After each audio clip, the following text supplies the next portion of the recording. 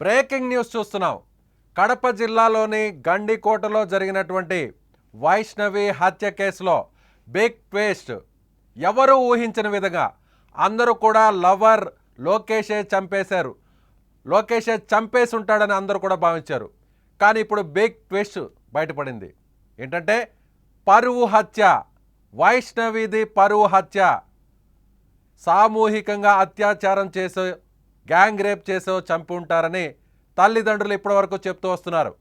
కానీ ఇది పరువు హత్యే అని పోలీసులు ప్రాథమికంగా దొరికిన ఆధారాలను బట్టి, సీసీటీవీ ఫుటేజీలను బట్టి ప్రాథమికంగా ఒక నిర్ధారణకు వచ్చారు. ఈ కోణంలోనే దర్యాప్తు చేస్తున్నారు. అందరూ భావించినట్లు వైష్ణవిని చంపింది లోకేష్ అనుకున్నారు. కానీ లోకేష్ వైష్ణవిని హత్య చేయలేదు. వైష్ణవికి అదేవిధంగా మానభంగం కూడా జరగలేదు, అత్యాచారం కూడా జరగలేదు అని పోస్ట్ మార్టం రిపోర్ట్ బయటకు వచ్చినట్టుగా మనకు సమాచారం ఉంటుంది. ఎందుకు చంపారు వైష్ణవిని? పరువు హత్య ఎవరు చేశారు? వైష్ణవి కుటుంబ సభ్యులే. వైష్ణవికి పెదనాన్న కుమారుడయ్యే సురేంద్ర, అతనితో పాటు మరో వ్యక్తి కొండయ్య అనే వ్యక్తి, ఈ ఇద్దరు సొంత చెల్లెల్నే, సొంత చిన్నాన్న కూతురు కుమార్తె అయినటువంటి చెల్లెల్నే చంపేశాడు. అన్నే కడప జిల్లాలో జమ్మలమడుగులో జరిగినటువంటి, గండికోటలో జరిగినటువంటి హత్య, ఇంటర్మీడియట్ 2వ సంవత్సరం చదువుతున్నటువంటి, స్క్రీన్ మీద మీకు కనిపిస్తున్నటువంటి వైష్ణవి హత్య వెనక కుట్ర కోణం దాగి ఉంది అనేటువంటి కోణంలోనే పోలీసులు దర్యాప్తు చేశారు. ఇప్పటి వరకు వచ్చినటువంటి సీసీటీవీ ఫుటేజ్, ఒకసారి ఆ ఫుటేజ్ చూద్దాం. లోకేష్ వైష్ణవి ఇద్దరు కూడా ప్రేమించుకుంటున్నారు, ఒక ప్రాంతానికి వెళ్తున్నారు. అక్కడ స్క్రీన్ మీద మీరు చూస్తున్నారు. ఈ ఇద్దరు కూడా గండికోటకు వెళ్తున్నారు. వెళ్ళిన తర్వాత 1:10 తర్వాత లోకేష్ ఒంటరిగా బయటకు వచ్చాడు. మరో బాక్స్లో చూస్తున్నాం. లోకేష్ ఒంటరిగా బయటకు వచ్చాడు. అంటే లోకేష్ వైష్ణవిని బైక్ మీద ఎక్కించుకొని ఒక రహస్య ప్రాంతానికి తీసుకువెళ్ళి అక్కడ అత్యాచారం చేసి ఆమెను హత్య చేసి ఆ తర్వాత ఒక్కడే ఒంటరిగా అక్కడి నుంచి బయటకు వస్తున్నాడు అని అందరూ కూడా భావించారు. కానీ పోలీసులు మొత్తం కూపీ లాగారు. ఈ సీసీటీవీ ఫుటేజ్ వచ్చింది ఒక భాగం మాత్రమే. నాణ్యానికి మరో భాగం, నాణ్యానికి మరోవైపు అసలైన ట్విస్ట్ దాగి ఉంది. ఈ ఇద్దరు వెళ్ళిన తర్వాత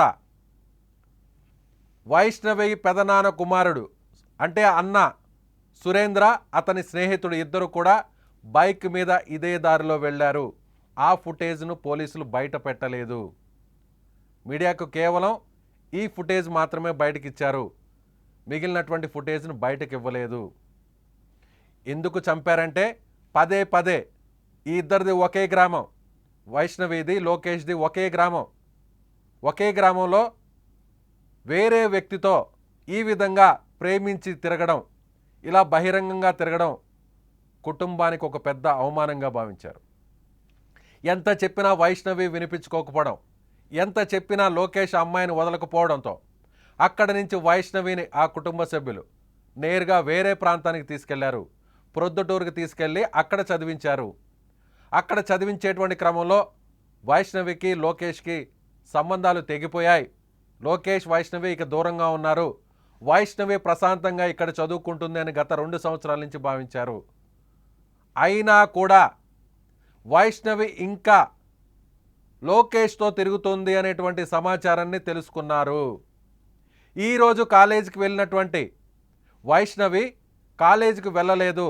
గౌతమి ఇంటర్మీడియట్ కాలేజీకి వెళ్ళినటువంటి వైష్ణవి కాలేజీకి వెళ్ళలేదు అనేటువంటి సమాచారాన్ని వాళ్ళ తల్లికి కాలేజీకి సంబంధించిన సిబ్బంది చెప్పారు.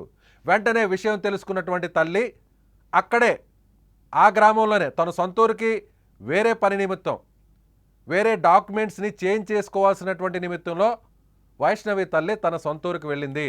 అక్కడ ఫోన్ కాల్ రాగానే అక్కడే ఉన్నటువంటి సురేంద్ర తన చిన్నమ్మ చెప్పినటువంటి విషయాన్ని తెలుసుకొని ఇద్దరూ కలిసి కాలేజ్ వద్దకు వెళ్ళి వాళ్ళ ఫ్రెండ్స్ని వివరాలు ఆరా తీయగా వైష్ణవి గండికోటకు వెళ్తున్నానని చెప్పింది. అంటే వీళ్ళు వెంటనే ఒక నిర్ధారణకు వచ్చారు, లోకేష్తోనే వెళ్ళి ఉంటుంది. అక్కడి నుంచి 30 కిలోమీటర్ల దూరంలో ఉన్నటువంటి గండికోటకు వెళ్ళింది అంటే అది లోకేష్తోనే వెళ్ళుంటుంది అని అనుమానించారు. వెంటనే లోకేష్కు, అదే గ్రామానికి సంబంధించినటువంటి లోకేష్ కాబట్టి లోకేష్ ఫ్రెండ్కి ఫోన్ చేశారు. సురేంద్ర ఫ్రెండ్ ద్వారా లోకేష్ ఫ్రెండ్కి ఫోన్ చేశారు. చేసి లోకేష్ ఎక్కడున్నాడు అనే సమాచారాన్ని ఆరా తీశారు. లోకేష్ ఎక్కడున్నాడో మాకు తెలియాలి అంటూ సమాచారాన్ని ఆరా తీశారు.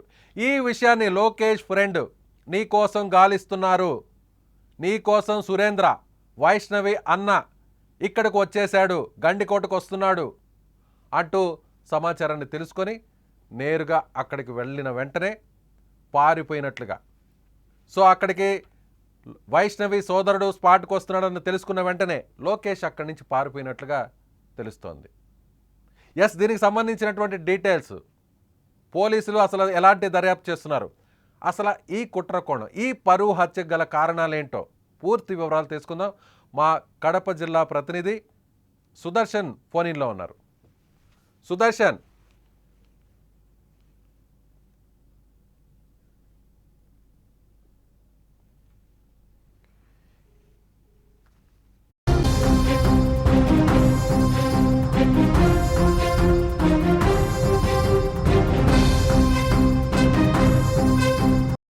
ఎస్, కడప నుంచి మా ప్రతినిధి సుదర్శన్ మొదటి నుంచి ఫాలోఅప్ చేస్తున్నాడు. స్పాట్కి వెళ్ళారు, అక్కడ జరిగినటువంటి హత్య తీరంతా కూడా మీరు చూశారు. అసలు ఇది పరువు హత్య అనేటువంటి సమాచారాన్ని పోలీసులు ఎలా బయటకి రాబట్టగలుగుతున్నారు, ఆ కోణంలోనే ఏ విధంగా దర్యాప్తు చేస్తున్నారు, అసలు పోలీసులకు వచ్చినటువంటి అనుమానం ఏంటి, పూర్తి వివరాలు చెప్పండి సుదర్శన్. చరిత్రలో గతంలో ఒక గండికోట రహస్యం ఉంది. అయితే నిన్న జరిగినటువంటి గండికోటలో జరిగిన సరికొత్త రహస్యాన్ని రహస్యంగానే ఉంచకుండా ఆ రహస్యాన్ని బద్దలు చేసే ప్రయత్నం పోలీసులు చేస్తూ ఉన్నారు. వైష్ణవిని గండికోటలో తన ప్రియుడే అత్యాచారం చేసి హత్య చేశాడంటూ కొద్దిసేపటి క్రితం వరకు కూడా పోలీసులు కూడా అయితే ఇప్పుడు ఈ కేసులో కొత్త కోణాలు వెలుగు చూస్తున్నాయి.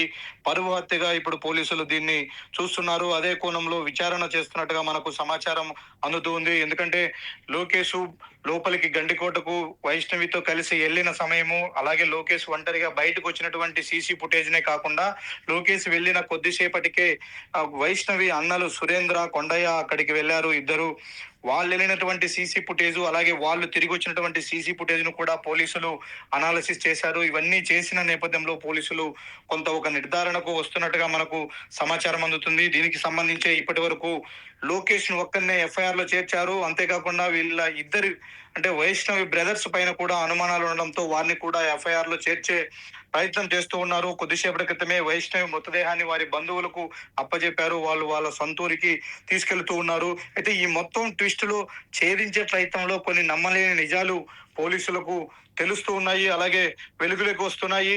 కొద్దిసేపటి క్రితమే వైష్ణవి పోస్ట్ మార్టం రిపోర్ట్ కూడా వచ్చింది. వైష్ణవి పైన ఎలాంటి అత్యాచారం జరగలేదు అని డాక్టర్లు నిర్ధారించారు. అంటే లోకేష్, వైష్ణవి ఇద్దరు కలిసి గండికోటకు వెళ్ళారు. వాళ్ళు వెళ్ళిన విషయాన్ని కొన్ని నిమిషాల వ్యవధిలోనే వైష్ణవి అన్నలైనటువంటి సురేంద్ర, కొండయ్య తెలుసుకొని వాళ్ళు నేరుగా గండికోటకి వెళ్లే ప్రయత్నం చేశారు. అంతలోపే లోకేష్ తోనే వెళ్ళిందా తన చెల్లెలు, లేకంటే ఇంకెక్కడికైనా వెళ్ళిందా అనే దాన్ని నిర్ధారించుకోవడం కోసం లోకేష్ బావ వరుస అయినటువంటి ఒక వ్యక్తికి, అదే గ్రామానికి చెందినటువంటి మరో వ్యక్తికి ఫోన్ చేశారు. ఫోన్ చేసిన వెంటనే అతను లేదు, కడపకి వెళ్ళాడు, అక్కడికి వెళ్ళాడు, ఇక్కడికి వెళ్ళాడు అని చెప్పారు. ఫైనల్ గా లోకేష్ నెంబర్ అతనికి నేను కాల్ చేస్తాను అంటూ సురేంద్ర నెంబర్ తీసుకున్నాడు. ఆ నెంబరు తిరిగి లోకేష్ కు డైల్ చేసే ప్రయత్నంలో బిజీ అని వచ్చింది. అంటే అప్పటికే లోకేష్ బావ అతనికి సమాచారం ఇచ్చాడు, సురేంద్ర నీ గురించి ఆరా తీస్తూ ఉన్నాడు, నువ్వు గండికోటకి వెళ్ళావన్న విషయాన్ని కూడా సురేంద్రకు సమాచారం వెళ్ళింది. కాబట్టి వాళ్ళు అక్కడికి వచ్చే ప్రమాదం ఉందని చెప్పడంతో ఈ సమాచారం అందుకున్నటువంటి లోకేష్ అక్కడి నుంచి మీ అన్నలు వస్తున్నారు ఇక్కడికి, మన ఇద్దరం వెళ్ళిపోదాము అంటూ వైష్ణవికి చెప్పాడు.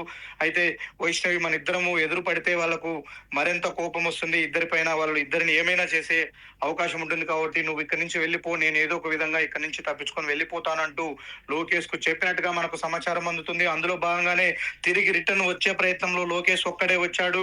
అప్పటికి అంటే 10:45 కు లోకేష్ అక్కడి నుంచి బయటికి వచ్చేసాడు గండికోట నుంచి. అప్పటికి వైష్ణవి అక్కడే ఉంది, గండికోటలోనే ఉంది, ప్రాణాలతోనే ఉంది. అయితే తర్వాత లోపలికి ఈ అన్నలిద్దరూ కూడా ఎంటర్ అయ్యారు.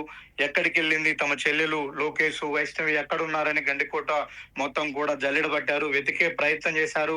ఆ ప్రయత్నంలోనే వీళ్ళిద్దరూ కూడా వైష్ణవి ఒక చోట ఉన్నట్టుగా గుర్తించినట్టుగా కూడా పోలీసులు అనుమానిస్తూ ఉన్నారు. గుర్తించిన ప్రయత్నంలోనే ఆ అమ్మాయిని ఏమైనా వీళ్ళే చేశారా, అంటే ఆ అమ్మాయిని వీళ్ళే హత్య చేసి ఉంటారా అన్న కోణంలో కూడా పోలీసులు ఆరా తీస్తున్నారు. అయితే ఇప్పటికీ ఇది కూడా కొంత మిస్టరీగానే ఉన్నప్పటికీ నిర్ధారించుకోవడం కోసం సీసీ ఫుటేజ్ లో ఒక్కొక్కరు ఎంటర్ అయినటువంటి టైమింగ్, అలాగే అవుట్ అయినటువంటి టైమింగ్ ను కూడా వాళ్ళు ఆరా తీస్తూ ఉన్నారు. అంతేకాకుండా అప్పటికి వీళ్ళ మొబైల్స్ ట్రేస్ అవుట్ చేస్తున్నారు, ఏ లొకేషన్ లో వీళ్ళ మొబైల్స్ ఉన్నాయి అనే కోణంలో కూడా పోలీసులు టెక్నికల్ ఎవిడెన్స్ అంతా కూడా కలెక్ట్ చేస్తూ ఉన్నారు. ఇవన్నీ నిర్ధారించుకున్న తర్వాత ఖచ్చితంగా వీళ్ళ ముగ్గురి పైన అన్ని కోణాల్లో విచారణ చేసిన తర్వాత వైష్ణవి మరణానికి కారణం ఎవరు అనే నిర్ధారణకైతే పోలీసులు వచ్చే అవకాశాలు కనిపిస్తూ ఉన్నాయి. రాను రాను వైష్ణవిది హత్య చేసి అత్యాచారం చేశారు అన్నది కాకుండా పరువు హత్యగా పోలీసులు అయితే అనుమానిస్తూ ఉన్నారు. మధ్యాహ్నం నుంచి కూడా ఆ సమాచారం కొంత వస్తూ ఉంది.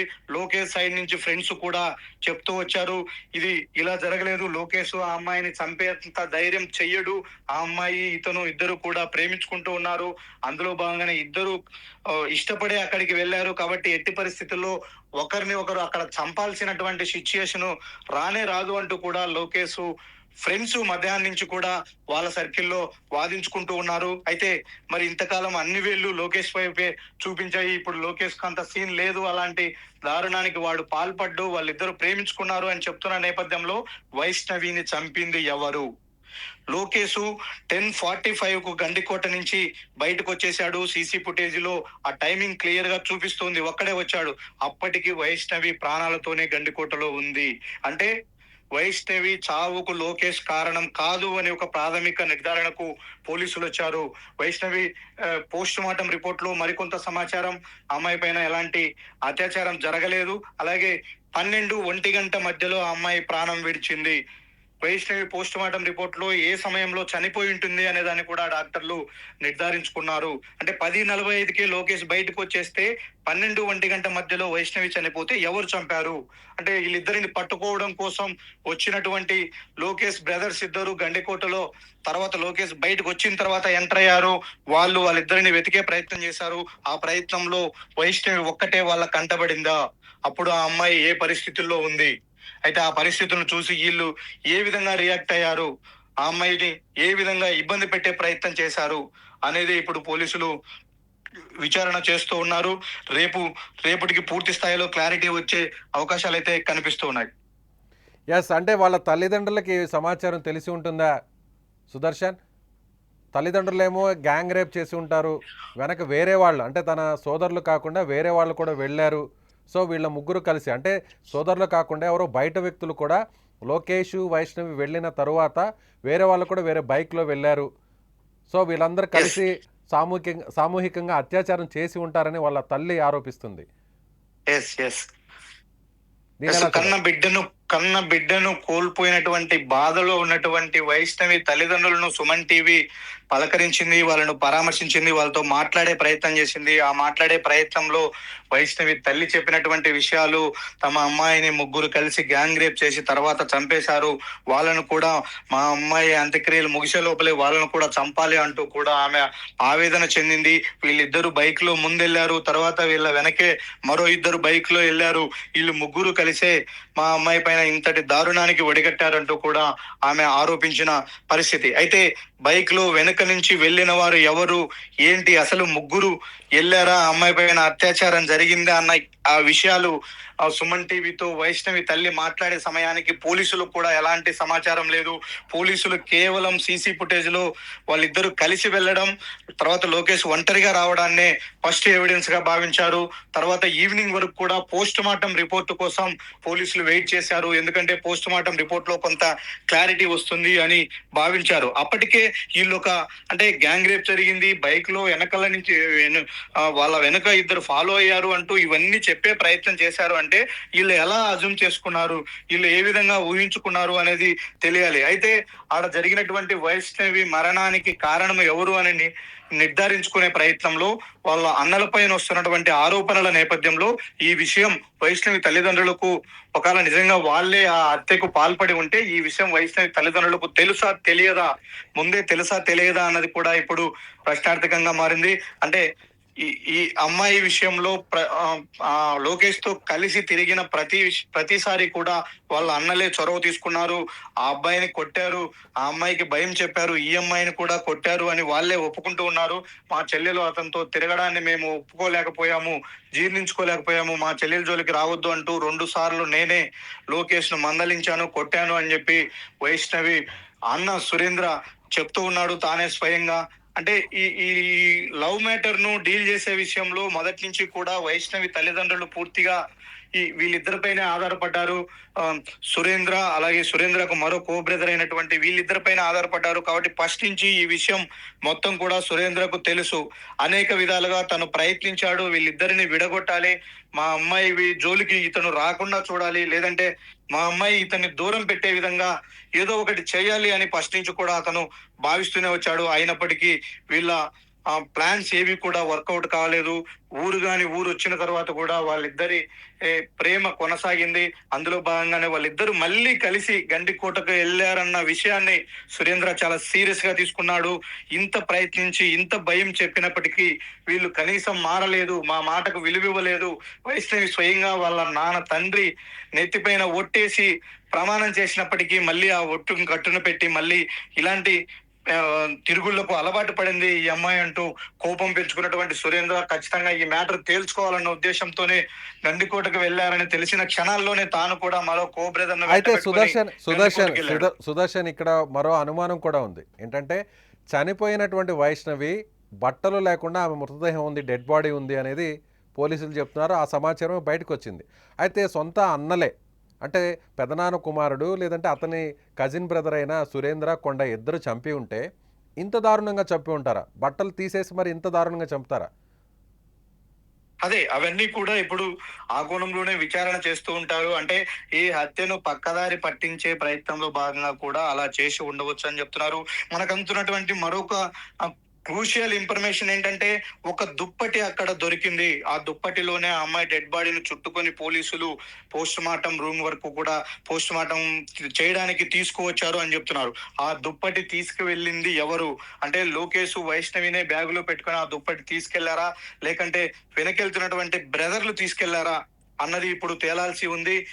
అంటే వైష్ణవి బట్టలైతే లేవు, అలాగే గాయాలు లేవు, కానీ ఆ అమ్మాయి ఒంటి మీద ఎలాంటి గాయాలు లేవు, కానీ ఆ అమ్మాయి చనిపోయింది. ఏ విధంగా చనిపోయింది అనే విషయం కూడా ఇప్పుడు పోస్ట్ మార్టం లో మరికొంత తేలాల్సి ఉంది. సుదర్శన్ అంటే హత్య చేసినటువంటి ఒకవేళ మీరు చెప్తున్నట్టుగా పోలీసులు అనుమానిస్తున్నట్టుగా పోలీసులకు వచ్చినటువంటి ఆధారాలను బట్టి వాళ్ళ అనుమానం ప్రకారం అక్కడ దొరికినటువంటి ఏదైతే కూపీ లాగిన తర్వాత వచ్చినటువంటి సమాచారం మేరకు అక్కడున్న సీసీటీవీ ఫుటేజ్ అలాగే సెల్ ఫోన్ సంబంధించినటువంటి లొకేషన్స్ ఇవన్నీ కూడా ఒక క్లారిటీకి వచ్చుంటారు పోలీసులు. వచ్చిన తర్వాతే సో ఆ ఇద్దరిని కూడా ఇప్పుడు అదుపులో తీసుకొని ఉంటారు. వైష్ణవికి సంబంధించినటువంటి సోదరు సురేంద్ర, అతని కజిన్ బ్రదర్ కొండయ్య. అయితే ఇప్పుడు వాళ్ళిద్దరు చంపిన తర్వాత పోలీసులు అనుమానిస్తున్న దాని ప్రకారం చంపిన తర్వాత ఎవరికి అనుమానం రాకుండా లోకేషే ఈ హత్య చేశాడు అని లోకేష్ మీద ఆ నెపం వేయడం కోసమే అలా బట్టలు అవి తీసేసి ఉండొచ్చా? ఉండవచ్చు. అదే కోణంలోనే అనుమానిస్తూ ఉన్నారు. ఎందుకంటే ఆ అమ్మాయి లెగ్గిన్ అలాగే ఉంది, పైన టాప్ మాత్రమే తొలగించి ఉంది. అది కూడా బలవంతంగా తీసినట్టుగా లేదు, తొలగించినట్టుగానే ఉంది నీట్గా. అంటే చంపేసిన తర్వాత ఆ అమ్మాయి వస్త్రాలు తొలగించారు అనే విధంగా కూడా అక్కడ అర్థమవుతుంది కొంత. అంటే ఖచ్చితంగా ఇది ఏదో అత్యాచారం ప్రయత్నంలో జరిగినటువంటిది కాదు బట్టలు తీసేయడము. చనిపోయిన తర్వాత ఒక ప్లాన్ ప్రకారమే ఆ అమ్మాయిని ఆ విధంగా ఆ సీన్ క్రియేట్ చేయడంలో భాగంగానే అలా చేసి ఉండొచ్చు అన్నది కూడా అనుమానంగానే ఉంది. ఇప్పటి వరకైతే వీళ్ళిద్దరిని కూడా అనుమానిస్తున్నటువంటి పోలీసులు అదుపులోకి తీసుకోలేదు. వాళ్ళు పోలీస్ స్టేషన్ దగ్గరే ఉన్నారు. వాళ్ళు ఒక బాధితుల్లాగానే అక్కడ ఫీల్ అవుతూ ఉన్నారు. ఎందుకంటే పోలీసులు ఈరోజు ఉదయం నుంచి నిన్నటి నుంచి ఎతికే ప్రయత్నంలో ప్రతి దశలో కూడా సురేంద్రనే దగ్గరుండి పోలీసులకు సార్ అటువైపు ఎతుకుదాం, ఇటువైపు ఎతుకుదాం, ఇక్కడ ఓనీ దొరికింది, ఇక్కడ క్యారియర్ దొరికింది, మా చెల్లిది ఇక్కడ బ్యాగ్ దొరికింది అంటూ కూడా తనే కంప్లీట్ గా పోలీసులతో జర్నీ చేశాడు, పోలీసులతోనే తను ఉన్నాడు. ఫైనల్ గా అందరూ కలిసి వెతికితే దొరికినట్టుగానే మృతదేహాన్ని ఫైండ్ అవుట్ చేశారు. అంటే ఇదంతా కూడా కొంత ప్రీ ప్లాన్డ్ గానే మనం భావించాల్సి ఉంది. ఇప్పుడు అవన్నీ కూడా ఒక్కొక్కటి ఆ, సైక్లింగ్ లాగా అనుమానాలను మరింత బలపరుస్తూ ఉన్నాయి వీళ్ళ వైపు. ఎందుకంటే లోకేష్ వైష్ణవి హత్య విషయంలో లోకేష్ పాత్ర లేదన్నది నిర్ధారించుకున్నారు. ఆఫ్ ది రికార్డు అది జిల్లా పోలీసులు కూడా చెప్తూ ఉన్నారు స్వయంగా. కాబట్టి ఇప్పుడు వీళ్ళిద్దరిని పూర్తి స్థాయిలో ఎంక్వైరీ చేస్తే తప్ప ఆ హత్యకు కారణాలు ఏంటో తెలియవు. ఎందుకంటే ఇటువైపు ఇప్పుడు వీళ్ళు కాకుండా అటువైపు లోకేష్ కాకుండా ఆ అమ్మాయిని చంపాల్సిన అవసరం ఎవరికి ఉంటుంది? ఎస్ గండికోట్లో అందరూ కూడా ఎక్కువగా ఫ్యామిలీలు వస్తూ ఉంటాయి, లవర్స్ వస్తూ ఉంటారు, ప్రతి ఒక్కరు కూడా జంటలు వస్తూ ఉంటారు.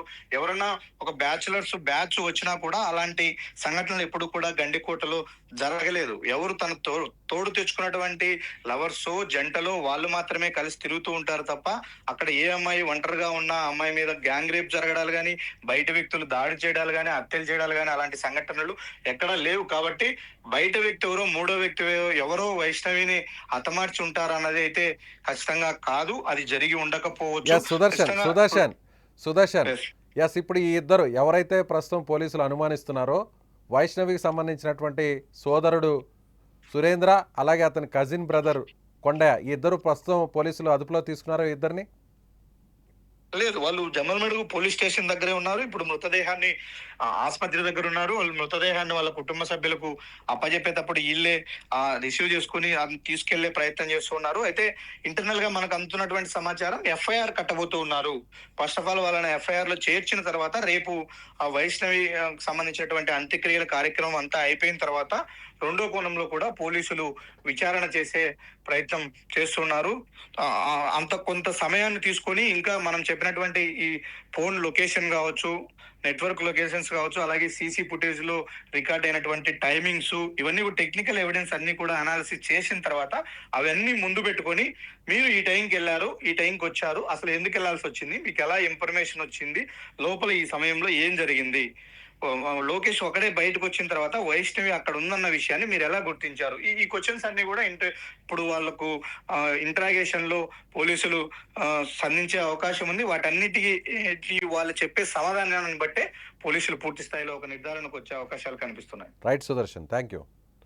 సో ఇది పోలీసులు అయితే ప్రస్తుతానికైతే మాత్రం అనధికారికంగా లోకేష్ మాత్రం చంపలేదు, అలాగే అందరూ భావిస్తున్నట్లుగా బట్టలు తీసేసినంత మాత్రాన ఆ అమ్మాయి మీద అఘాయిత్యం జరిగిందని అందరూ కూడా భావించారు. కానీ పోస్ట్ మార్టం రిపోర్ట్లో ఎక్కడ కూడా అత్యాచారం జరగలేదు అనేటువంటి విషయాన్ని కూడా పోలీసులు అనధికారికంగా చెప్తున్నటువంటి మాట.